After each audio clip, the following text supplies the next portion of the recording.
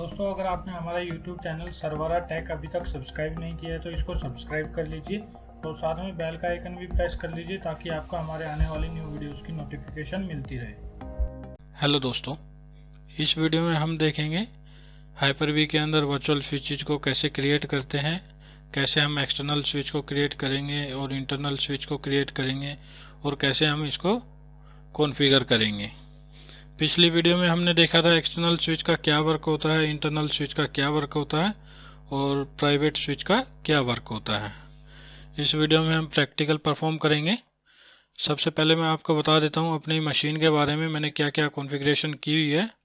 मेरे पास विंडोज़ 10 की base machine है, आप देख सकते हैं यहाँ पे विंडोज़ 10 है मेरे पास। और मैं आपको नेटवर्क सेटिंग दिखा देता हूँ। आप एक कमांड रन करेंगे ncpa.cpl, मैं दिखा देता हूँ आपको। विंडो R प्रेस करेंगे और यहाँ पर आपको एक कमांड रन करनी है ncpa.cpl। आप यहाँ पर देख सकते हैं TP लिंक का एक मैंने राउटर कनेक्ट किया हुआ है अपनी मेन मशीन के साथ और यहाँ पर एक डिफ़ॉल्ट स्विच ऑटोमेटिकली क्रिएट हो गया है जिसको हम इंटरनल स्विच भी कहते हैं। और यहाँ पर मेरा एक वाईफाई कनेक्शन है जो कि मैंने डिस्कनेक्ट किया हुआ है और हमारा जो नेटवर्क ईथरनेट पोर्ट है इसको IP प्रोवाइड हुआ है हमारे राउटर के थ्रू 192.168.0.101। और यहाँ पर आप गेटवे में देख सकते हैं यही IP है जो कि हमारा राउटर का IP है 192.168.0.1। ये हमारे राउटर का IP है और ये हमारा मशीन का IP है। अब हम अपना हाइपर-वी ओपन करते हैं और इसके अंदर मैंने कुछ मशीनें क्रिएट की हुई है। DC1, DC2, लिनक्स की एक मशीन है और विंडोज़ 7 है, विंडोज़ 10 है। बट हम प्रैक्टिकल परफॉर्म करेंगे विंडोज़ 7 और विंडोज़ 10 पर। अगर आपको कोई भी वर्चुअल स्विच क्रिएट करना है तो इसके लिए आपको क्या करना है, राइट पेन में जाएंगे और यहाँ पर आप देखेंगे वर्चुअल स्विच मैनेजर, इस पर आप क्लिक करेंगे। इस पर क्लिक करने के बाद आप यहाँ पर देख सकते हैं वर्चुअल स्विचेस। वर्चुअल स्विचेस के अंदर आपको दिया हुआ है एक डिफ़ॉल्ट स्विच जो कि हमारा ऑटोमेटिकली क्रिएट हो जाता है जब भी हम हाइपर-वी कॉन्फ़िगर करते हैं और उसके अंदर वर्चुअल मशीन को इंस्टॉल करते हैं। अगर आपको कोई स्विच क्रिएट करना है तो इसके लिए आपको क्या करना होगा, न्यू वर्चुअल नेटवर्क स्विच पर जाएंगे और यहाँ पर आपको स्विच दिखाई देंगे जिसके बारे में हमने पिछली वीडियो में डिस्कस किया था, एक्सटर्नल, इंटरनल और प्राइवेट स्विच। अगर आपको एक्सटर्नल स्विच क्रिएट करना है तो आपको यहाँ पर एक्सटर्नल को सिलेक्ट करना है और क्रिएट वर्चुअल स्विच पर क्लिक करना है और इसके बाद आपको पहला ऑप्शन दिखाई देगा नेम का, आप इसको क्या नेम असाइन करना चाहते हैं। मान लीजिए मैं इसको नेम दे देता हूँ एक्सटर्नल स्विच और यहाँ पर आपको ईथरनेट सिलेक्ट करना है अपनी मशीन का। मान लीजिए आपको 2 ईथरनेट पोर्ट दिए हुए हैं तो आप किस ईथरनेट को सिलेक्ट करना चाहते हैं वो आप यहाँ पर सिलेक्ट कर सकते हैं। यहाँ पर मेरे को एक वाईफाई अडेप्टर दिया हुआ है जो कि मैंने डिस्कनेक्ट किया हुआ है, इसलिए मैं इसको सिलेक्ट नहीं करता हूँ। मेरा फर्स्ट ऑप्शन है ईथरनेट कनेक्शन जिससे मेरा राउटर कनेक्ट है, इसको सिलेक्ट करता हूँ। अप्लाई करेंगे, यस करेंगे। इसके बाद आपको आप यहाँ पर देख सकते हैं चेंजेस अप्लाई हो रहे हैं। यहाँ पर कुछ आपको वेट करना होगा 2 से 3 सेकंड के लिए और फिर आपको ओके प्रेस करना है। अब मैं आपको अपनी नेटवर्क सेटिंग दिखाता हूँ। यहाँ पर हमें एक एक्सटर्नल स्विच क्रिएट हो गया, आप देख सकते हैं यहाँ पर। अगर मैं इस पर क्लिक करता हूँ और यहाँ पर आप IP देख सकते हैं, इसको क्या IP मिला है 192.168.0.101। इसको मैं क्लोज करता हूँ और अब इसका IP देखते हैं। आप देख सकते हैं यहाँ से कुछ भी इंफॉर्मेशन शो नहीं हो रही है, यानी कि हमारी जो एक्सटर्नल स्विच है इसका IP क्या हो गया 192.168.0.101। IP कॉन्फ़िग की कमांड चलाता हूँ, आप यहाँ पर देख सकते हैं 192.168.0.101। ये हमारा ईथरनेट का सेटिंग है, इसको मैं क्लोज करता हूँ। और जो मेरा डिफ़ॉल्ट स्विच है इसका क्या आईपी है आप यहाँ पर देख सकते हैं, 0.3। इसको भी मैं क्लोज करता हूँ। यहाँ पर हमारे पास 2 स्विच क्रिएट हो गए हैं। अगर यहाँ पर आप और भी स्विचेस क्रिएट करना चाहते हैं तो आप यहाँ से क्रिएट कर सकते हैं। वर्चुअल स्विच मैनेजर, आप यहाँ पर जाएंगे और न्यू वर्चुअल नेटवर्क स्विच पर क्लिक करेंगे और यहाँ पर आप कोई भी एक ऑप्शन सिलेक्ट करके वर्चुअल स्विच को क्रिएट कर सकते हैं। अब चलते हैं हम अपने विंडोज़ की मशीन पर, यानी कि वीएम के ऊपर। एक मेरे पास विंडोज़ 7 की वीएम है और एक मेरे पास विंडोज़ 10 की वीएम है। सबसे पहले हमें यहाँ पर मैं आपको बता देता हूँ, मैंने जो मेरा राउटर है उसके साथ और भी डिवाइसेस कनेक्ट किए हुए हैं जिसका आईपी है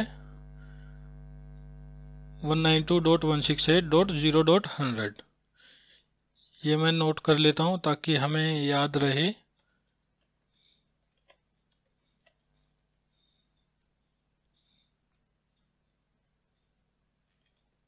एक्सटर्नल डिवाइस 192.168.0.100। ये मेरा एक मोबाइल है, इसको हम एक्सेस करके देखेंगे जो कि मेरा राउटर से ही कनेक्टेड है। अब हम चलते हैं अपने वीएम के ऊपर। इसको मैं मैक्सिमाइज करता हूँ और यहाँ पर मैं आपको आईपी शो करता हूँ कि मैंने क्या आईपी असाइन किया हुआ है इस मशीन को। आईपी कॉन्फ़िग की कमांड आप रन करेंगे, आप देख सकते हैं यहाँ पर हमें कोई भी आईपी प्रोवाइड नहीं हुआ है। इससे पहले हमें इस मशीन को एक्सटर्नल स्विच के साथ बाइंड करना होगा। ये मेरी विंडोज़ 7 की मशीन है, इस पर क्लिक करेंगे और राइट पेन में आपको दिखेगा सेटिंग्स पर जाएंगे, एक विजार्ड ओपन होगा और यहाँ पर आप देख सकते हैं नेटवर्क अडेप्टर अभी यहाँ पर नोट कनेक्टेड है। इस पर आपको सिलेक्ट करना होगा एक्सटर्नल स्विच, अप्लाई करेंगे, ओके करेंगे। ऐसे ही मैं अपनी विंडोज़ 10 की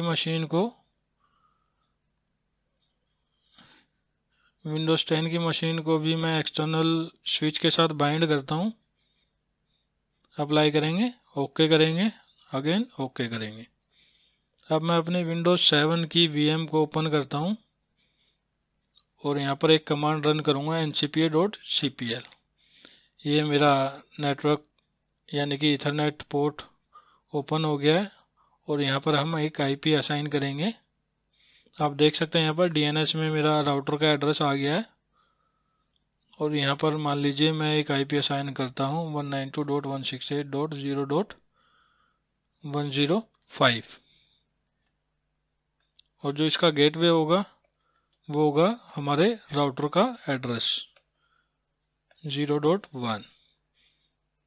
ओके करता हूँ, अगेन ओके, ओके।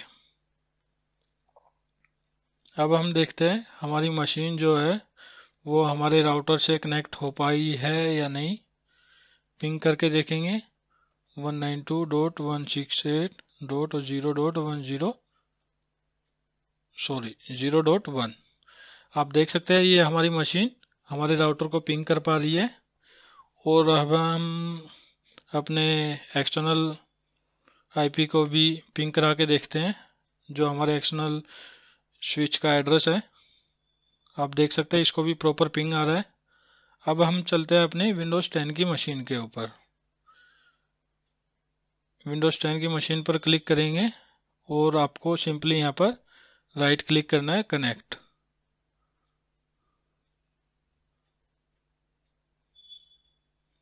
कनेक्ट पर क्लिक करने के बाद हमारी विंडोज़ 10 की मशीन ओपन हो जाएगी। मैं दोबारा से करता हूँ कनेक्ट अपनी मशीन को, इसको लार्ज करेंगे, कनेक्ट करेंगे।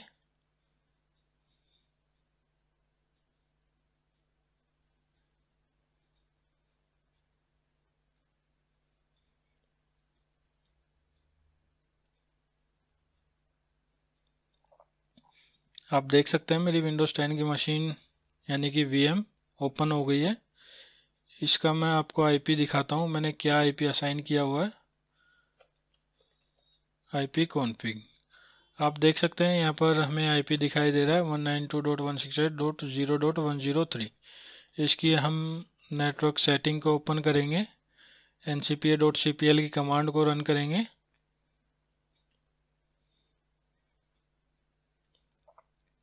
यहाँ पे हम IP असाइन करेंगे 192.168.0.106 और यहाँ पर हम IP एड्रेस प्रोवाइड करेंगे 0.1। ये हमारा गेटवे हो गया और जो हमारा DNS होगा वो भी हमारा राउटर का एड्रेस होगा।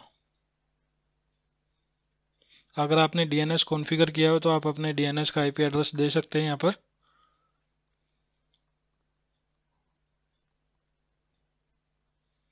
क्लोज करेंगे। अब दोबारा से मैं IP कॉन्फ़िग की कमांड रन करता हूँ तो आप देख सकते हैं यहाँ पर जो हमें IP एड्रेस मिला है 192.168.0.106। ठीक है, अब हम अपने राउटर को पिंग करा के देखते हैं 0.1। आप देख सकते हैं यहाँ पर हमें प्रॉपर पिंग आ रहा है। और अब हम अपने जो डिवाइस है जो कि मेरा राउटर से कनेक्ट है उसको भी पिंग करा के देखेंगे। पहले हम देख लेते हैं हमने क्या IP उसको असाइन किया हुआ है 0.100। अब हम पिंग कराएंगे 192.168.0.100। आप देख सकते हैं यहाँ पर प्रॉपर तरीके से हमें पिंग आ रहा है। यहाँ अगर हमारे राउटर पर इंटरनेट एक्सेस है तो हम यहाँ से अपने मशीन से इंटरनेट को भी एक्सेस कर सकते हैं, google.com को, या हमारे जो भी एक्सटर्नल डिवाइस कनेक्टेड है इंटरनेट पर, या इंटरनेट पर हमने कोई सर्वर कॉन्फ़िगर किया हुआ है तो उनको हम एक्सेस कर पाएंगे। बट अभी मेरे इस केस में अभी कोई भी इंटरनेट एक्सेस नहीं है मेरे पास, तो इसलिए हम इंटरनेट को एक्सेस नहीं कर पा रहे हैं। बट जो मैंने अपना अलग से डिवाइस कनेक्ट किया हुआ है यानी कि मोबाइल, उसको हम प्रॉपर तरीके से पिंग कर पा रहे हैं, यानी कि हमारे जो एक्सटर्नल डिवाइस है वो कनेक्टेड है। अब हम पिंग करा के देखते हैं अपनी दूसरी वर्चुअल मशीन को 0.105। आप देख सकते हैं यहाँ से मुझे अपनी दूसरी वर्चुअल मशीन को भी प्रॉपर पिंग आ रहा है। इस तरीके से हम अपने एनवायरनमेंट के अंदर यानी कि हाइपर-वी के अंदर एक्सटर्नल स्विच को कॉन्फ़िगर कर सकते हैं और उसको बाइंड कर सकते हैं VM के साथ। और यही टास्क हम परफॉर्म करते हैं अपनी विंडोज 7 की VM के साथ। इसको भी हम पिंग कराएंगे अपनी दूसरी VM के साथ जिसका 106 IP एड्रेस था। ये हो गया हमारा एक्सटर्नल स्विच। अब हम देखते हैं इंटरनल स्विच। इंटरनल स्विच के अंदर आपको क्या करना होगा, दोबारा से हाइपर-वी को ओपन करना होगा और यहाँ पर हम विंडोज 7 की सेटिंग में जाएंगे। डिफ़ॉल्ट स्विच को हम सिलेक्ट करेंगे। यहाँ पर आप देख सकते हैं यहाँ पर डिफ़ॉल्ट स्विच जो कि हमारा इंटरनल स्विच है, इसको अप्लाई करेंगे, ओके करेंगे। और अब हम अपने जो डिफ़ॉल्ट स्विच है उसका IP एड्रेस देख लेते हैं।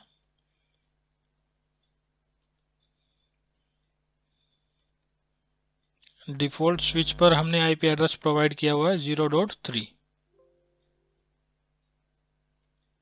Okay okay.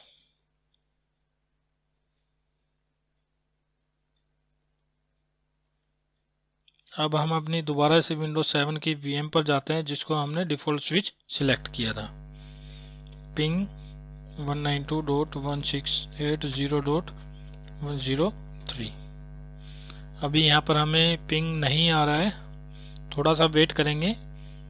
हमें यहाँ पर पिंग रिस्पॉन्स आना चाहिए यानी कि रिप्लाई आना चाहिए, हमारी जो इंटरनल स्विच है उसके साथ कनेक्टिविटी होनी चाहिए। एक बार मैं आईपी कॉन्फ़िग फ्लश डीएनएस की कमांड को रन करूँगा, ipconfig/renew, और दोबारा से मैं पिंग चेक करूँगा, पिंग रिस्पॉन्स हमें आ रहा है या नहीं आ रहा है।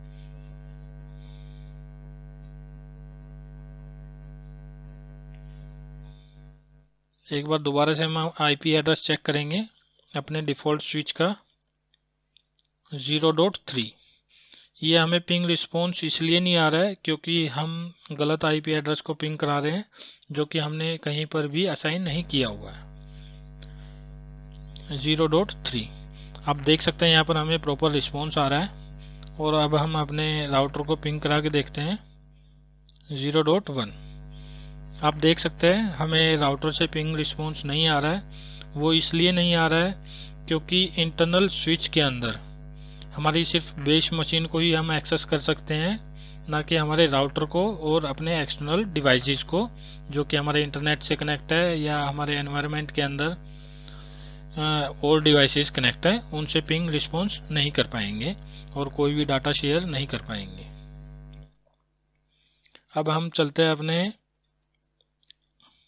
विंडोज़ 10 की मशीन पर, जो कि एक्सटर्नल नेटवर्क पर कनेक्ट है। उसका हम एक बार दोबारा से आईपी चेक करते हैं, हमें क्या आईपी असाइन किया था। इसको हमने आईपी असाइन किया हुआ था 106। अब हम इस मशीन से, यानी कि इंटरनल स्विच से जो हमने कनेक्ट की हुई है मशीन, उससे 106 को पिंग करेंगे। आप देख सकते हैं यहाँ पर हमें 106 से भी रिप्लाई नहीं होगा, क्योंकि हमारी जो 106 हमने जिस मशीन पर आईपी प्रोवाइड किया हुआ है वो हमारे एक्सटर्नल स्विच से कनेक्टेड है। अब हम क्या करते हैं, अपनी जो विंडोज़ 10 की मशीन है उसको हम इंटरनल स्विच के साथ कनेक्ट करते हैं। विंडोज़ 10 नेटवर्क सेटिंग, और यह है हमारा डिफ़ॉल्ट स्विच। अप्लाई करेंगे, ओके करेंगे।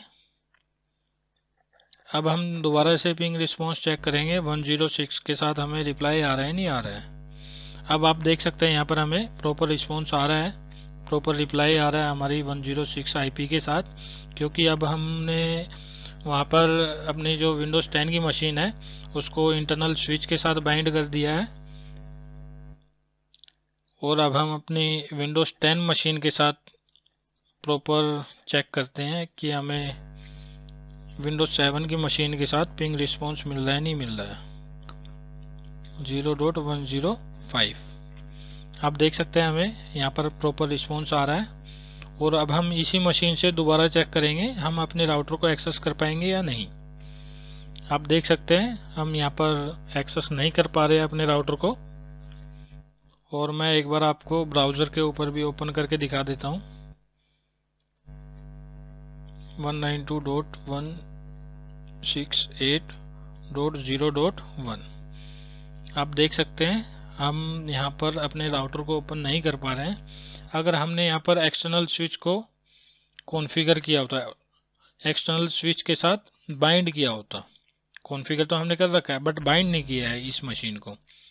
अगर मान लीजिए मैं यहाँ से दोबारा जाकर एक्सटर्नल स्विच के साथ इस मशीन को बाइंड कर देता हूँ और दोबारा चेक करता हूँ अपने विंडोज़ 10 मशीन के साथ, रिस्पॉन्स आ रहा है नहीं आ रहा है हमारे राउटर के साथ। आप देख सकते हैं राउटर के साथ हमें प्रॉपर रिप्लाई मिल रहा है। और यहाँ पर आप देख सकते हैं टीपी लिंक का राउटर भी मेरा ओपन हो रहा है।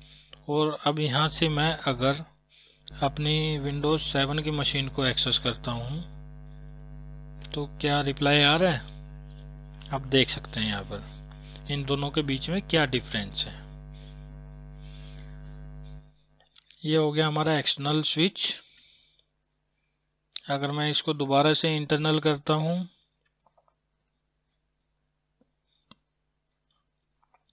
डिफ़ॉल्ट स्विच, अप्लाई, ओके, तो इस कंडीशन में क्या होगा कि हमारा पिंग रिस्पॉन्स चला जाएगा, सॉरी 0.1 के साथ, यानी राउटर वाली जो एड्रेस है हमारा उसके साथ पिंग रिस्पॉन्स चला जाएगा, आप देख सकते हैं यहाँ पर। और जो हमारा दूसरी मशीन है जो कि इंटरनल स्विच के साथ कॉन्फ़िगर है, उससे हमें पिंग रिस्पॉन्स दोबारा से आने लग जाएगा। ये हो गया हमारा एक्सटर्नल स्विच और इंटरनल स्विच। अब हम चेक करते हैं अपना प्राइवेट स्विच के साथ कॉन्फ़िगरेशन। अगर हम अपने एक्सटर्नल डिवाइस यानी कि जो मैंने मोबाइल कनेक्ट किया हुआ है वाईफाई से, उसके साथ पिंग रिस्पॉन्स चेक करेंगे तो वहाँ से भी हमें रिप्लाई नहीं आएगा। और हम एक स्विच और कॉन्फ़िगर करते हैं, यहाँ पर क्रिएट करते हैं प्राइवेट स्विच, क्रिएट, और यहाँ पर हम लिखेंगे प्राइवेट स्विच, अप्लाई करेंगे, ओके करेंगे। अब हम देखते हैं नेटवर्क सेटिंग, क्या यहाँ पर हमें प्राइवेट स्विच आता है। आप देख सकते हैं अगर हम यहाँ पर कोई भी प्राइवेट स्विच क्रिएट करते हैं तो यहाँ पर हमें शो नहीं करेगा। अगर हम दोबारा से एक और प्राइवेट स्विच क्रिएट करते हैं तो क्या हम क्रिएट कर पा रहे हैं। Private switch create, private switch PRIVATE, private switch 2, दोबारा से अप्लाई करेंगे, ओके करेंगे, दोबारा से हम चेक करेंगे। आप देख सकते हैं यहाँ पर हमें कोई भी प्राइवेट स्विच क्रिएट नहीं हुआ है, जबकि हमने प्राइवेट स्विच क्रिएट किया है। तो अब हम क्या करेंगे, यहाँ पर हमें कोई भी प्राइवेट स्विच अगर हम क्रिएट करते हैं तो यहाँ पर हमें शो नहीं करता है। तो इस केस में हमें क्या करना होता है, सिर्फ हमें अपनी मशीन को बाइंड करना होता है अपने स्विच के साथ। अब विंडोज 7 पर क्लिक करेंगे और सेटिंग्स पर जाएंगे। यहाँ पर हमें नेटवर्क अडेप्टर सिलेक्ट करना है। अब हमने यहाँ पर प्राइवेट स्विच 2 क्रिएट किए थे, हम किसके साथ इसको बाइंड करना चाहते हैं।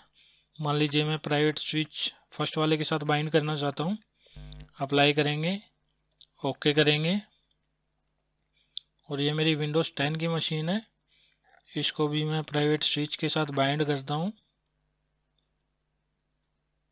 Private switch, apply, okay.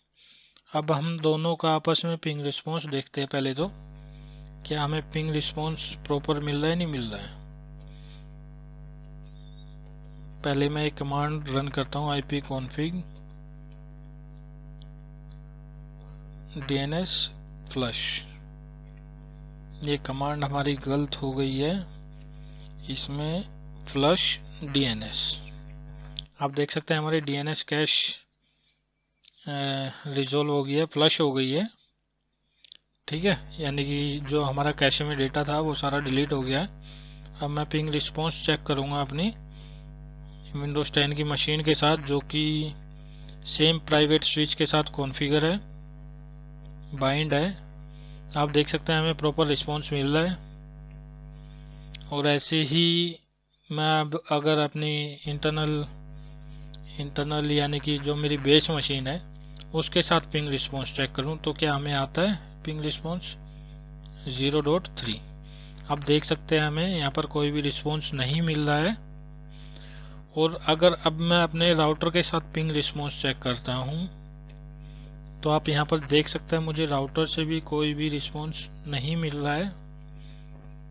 और अब बचता है हमारे पास हमारा मोबाइल, जिसका IP है 100। इसके साथ भी हमें कोई कम्युनिकेशन नहीं हो पा रहा है।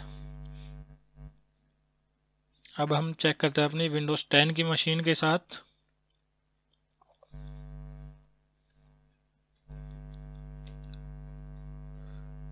इसको भी मैंने प्राइवेट स्विच पर कॉन्फ़िगर किया हुआ है। पहले मैं चेक करूंगा अपने विंडोज़ 7 की मशीन के साथ, जो कि प्राइवेट स्विच पर ही कॉन्फ़िगर है। आप देख सकते हैं प्रॉपर रिस्पॉन्स आ रहा है। अब मैं चेक करता हूं अपने राउटर के साथ, राउटर से मुझे कोई भी रिस्पॉन्स नहीं मिलेगा। आप देख सकते हैं रिक्वेस्ट टाइम आउट। अब मैं चेक करता हूं अपने इंटरनल यानी कि बेस मशीन के साथ आप देख सकते हैं यहाँ पर मुझे कोई भी रिस्पॉन्स नहीं मिल रहा है। और इस मशीन से मैं दोबारा चेक करता हूँ अपने मोबाइल को, मुझे मोबाइल से भी कोई रिस्पॉन्स नहीं मिलेगा। आप देख सकते हैं कोई भी रिस्पॉन्स नहीं आ रहा है हमें मोबाइल से। और अगर हम अपने दोबारा जो प्राइवेट स्विच हमने कॉन्फ़िगर किया था दूसरी मशीन के साथ जिसका आईपी था 105, यहाँ से हमें प्रॉपर रिस्पॉन्स आ रहा है। इसका मतलब ये है हमने जितने भी वीएम क्रिएट की हुई है और जिस वीएम को हमने प्राइवेट स्विच के साथ बाइंड किया हुआ है उन्हीं से हमें रिस्पॉन्स आएगा। और बाकी किसी भी मशीन जो हमारी एक्सटर्नल स्विच पर कॉन्फ़िगर है, इंटरनल स्विच पर कॉन्फ़िगर है, किसी से भी हमें रिस्पॉन्स नहीं मिलेगा।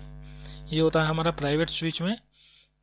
हमने यहाँ पर प्राइवेट स्विच 2 क्रिएट किए थे। अगर मान लीजिए मैं इस विंडोज 10 की मशीन को दूसरे प्राइवेट स्विच से बाइंड करता हूँ यानी कि प्राइवेट स्विच 2, तो क्या होता है हमारे इस केस में। ओके, ये है हमारी विंडोज 10। अभी आप देख सकते हैं विंडोज 7 के साथ हमें रिस्पॉन्स मिल रहा था बट अब नहीं मिलेगा। वो क्यों नहीं हो रहा है? क्योंकि अब की बार हमने दूसरा प्राइवेट स्विच क्रिएट किया हुआ है। हम जिस प्राइवेट स्विच के साथ मशीन को बाइंड करेंगे, यानी कि हमने मान लीजिए विंडोज 7 को हमने प्राइवेट स्विच 2 के साथ बाइंड कर दिया और विंडोज 7 को प्राइवेट स्विच 1 के साथ, तो रिस्पॉन्स नहीं मिलेगा। यानी कि बाइंडिंग भी हमारी सेम वर्चुअल स्विच के साथ ही होनी चाहिए। और अगर मान लीजिए मैं इसको दोबारा से 1 कर देता हूँ यानी कि प्राइवेट स्विच 1। ओके, एक बार दोबारा रिस्पॉन्स चेक करके आपको मैं दिखा देता हूँ। आप देख सकते हैं दोबारा से मुझे रिस्पॉन्स आना स्टार्ट हो गया है। अब हम चलते हैं दोबारा से अपनी वर्चुअल स्विच मैनेजर के ऊपर क्लिक करेंगे। अब हम देखते हैं कि हम कितने वर्चुअल स्विचेस को क्रिएट कर सकते हैं, यानी कि इंटरनल स्विचेस और क्रिएट कर सकते हैं या नहीं। अगर मान लीजिए मैं इंटरनल स्विच पर क्लिक करता हूँ, इंटरनल स्विच को सिलेक्ट करता हूँ, यहाँ पर आप देख सकते हैं, और यहाँ पर मैं नेम इसको प्रोवाइड कर देता हूँ इंटरनल स्विच 2। ओके, थोड़ा सा वेट करना होगा 4 से 5 सेकंड के लिए। आप देख सकते हैं हमारा इंटरनल स्विच एक और क्रिएट हो गया होगा। आप देख सकते हैं यहाँ पर इंटरनल स्विच हमारा क्रिएट हो गया है एक और। अगर आप यहाँ पर कोई आईपी प्रोवाइड करना चाहते हैं तो आप वो आईपी प्रोवाइड कर सकते हैं।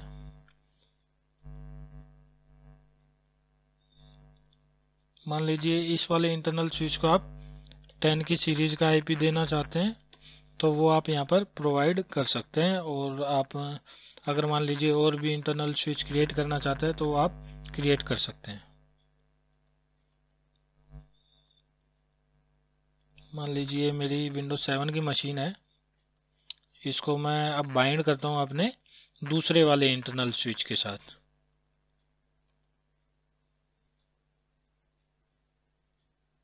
Internal switch 2।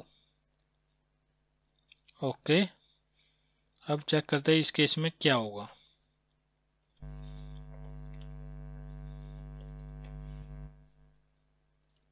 इसमें हमें पहले आईपी चेंज करना होगा क्योंकि आईपी हमारा सेम नहीं है।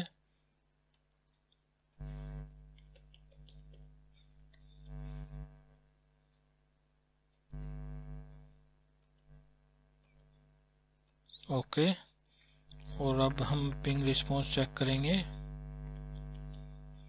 10.0.0.1। आप देख सकते हैं हमने दूसरा इंटरनल स्विच क्रिएट किया तो उसके साथ हमें प्रॉपर रिस्पॉन्स आना स्टार्ट हो गया। तो इस तरीके से आप अपने हिसाब से इंटरनल स्विच को क्रिएट कर सकते हैं जितने आप क्रिएट करना चाहते हैं। और ऐसे ही आप अपने प्राइवेट स्विच भी क्रिएट कर सकते हैं अपने अकॉर्डिंगली जितनी आपको रिक्वायरमेंट है। और मान लीजिए हम अब चेक करते हैं एक्सटर्नल स्विच।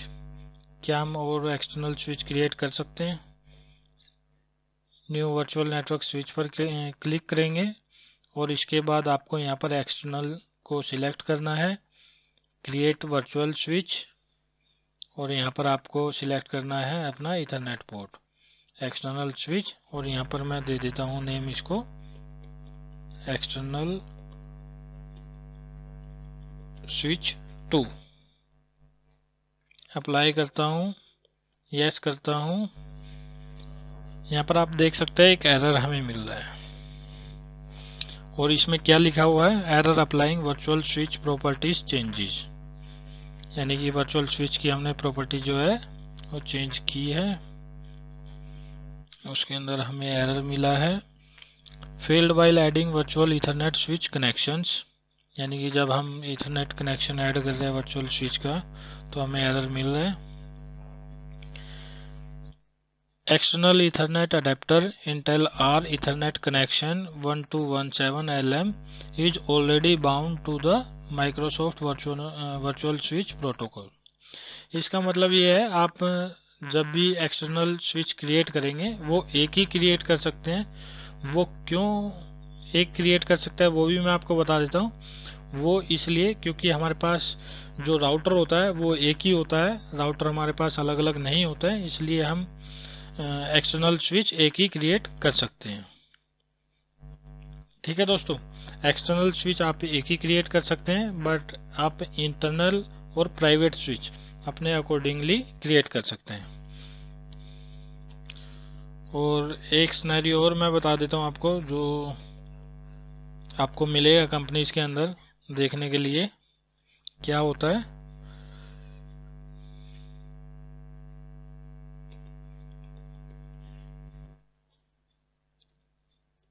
अगर मान लीजिए आपका कोई डेटाबेस है या सीक्वल सर्वर है या आपका IIS सर्वर है, ये मान लीजिए आपका वेब सर्वर है एक IIS सर्वर, इस पर आपने एक वेबसाइट होस्ट की हुई है, मान लीजिए serveratek.com। ये आपने एक साइट क्रिएट की हुई है यहाँ पर, और इसका जो डेटाबेस होगा वो आपने रखा हुआ है अपने दूसरी मशीन पर, यानी कि दूसरी VM पर। ये हो गया आपका डेटाबेस।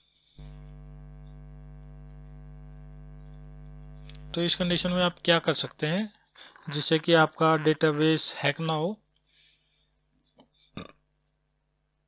यहाँ पर एक आप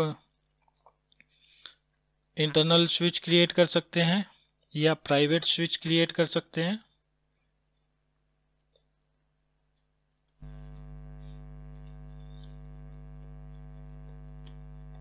प्राइवेट स्विच जिस मशीन पर आपका डेटाबेस रखा है, और इस मशीन पर आप दो स्विच क्रिएट कर सकते हैं। एक है आपका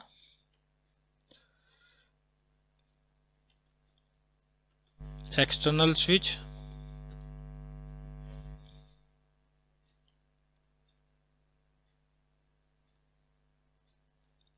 ठीक है, यह हो गया आपका एक्सटर्नल स्विच। और दूसरा आप यहाँ पर एक क्रिएट कर सकते हैं अपना प्राइवेट स्विच।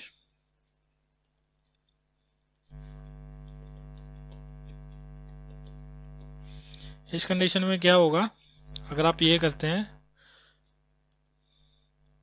और यहाँ से आपका प्राइवेट स्विच के साथ कनेक्टिविटी हो गया इस डेटाबेस की, जिससे कि आपका ये सर्वर इस डेटाबेस को एक्सेस कर सके और इन दोनों मशीन के बीच में कनेक्टिविटी हो सके। तो इस केस में क्या होगा, मान लीजिए यहाँ पे आपका इंटरनेट है, ये हो गया आपका इंटरनेट, और यहाँ पर हो गया आपके कुछ यूजर्स।